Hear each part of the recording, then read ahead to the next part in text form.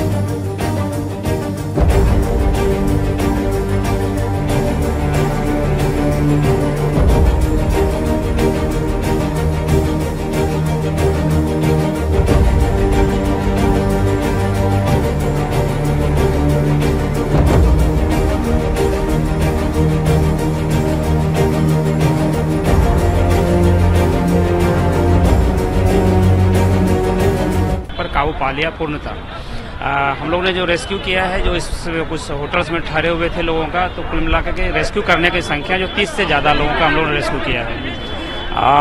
गंभीर रूप से जो घायल व्यक्तियों उसमें से जो थे 20 के करीब रहे, 8-15 के आसपास रहे हैं, जिसमें 7 लोग जो गंभीर रूप से घायल रहे हैं और बाकी लोग सामान्य रूप से घायल हैं, लेकिन उनको सबको हम लोगों ने पीएमसीएच भेज दिया है। कुछ लोग डेड बॉडी के रूप में यहाँ से जो लग रहा था प्राय मृत टाइप करके, तो हम लोगों ने उनको भेजा है।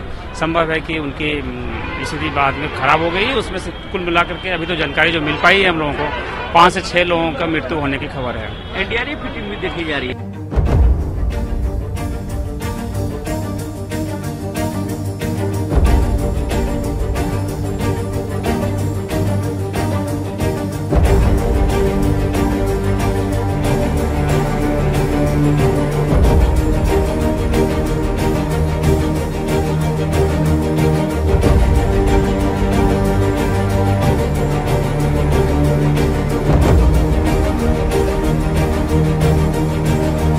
डिसाइड किए हैं, अभी फाइन करना शुरू कर देंगे हम लोग और इन लोगों को ब्लैकलिस्ट करना शुरू कर देंगे। अभी हमने एक प्रपोजल भी हमने तैयार किया है सरकार को भेजने के लिए, जो फॉलो नहीं कर रहे हैं फायर ऑडिट्स का हमारे इंस्ट्रक्शंस, क्योंकि हमारी भी बहुत मेहनत लगती है उसमें, मेरे सारे ऑफिसर्स उसमें लगते हैं और एक फायर ऑडिट पूरा दिन लगता है एक जगह का फायर ऑडिट करने में।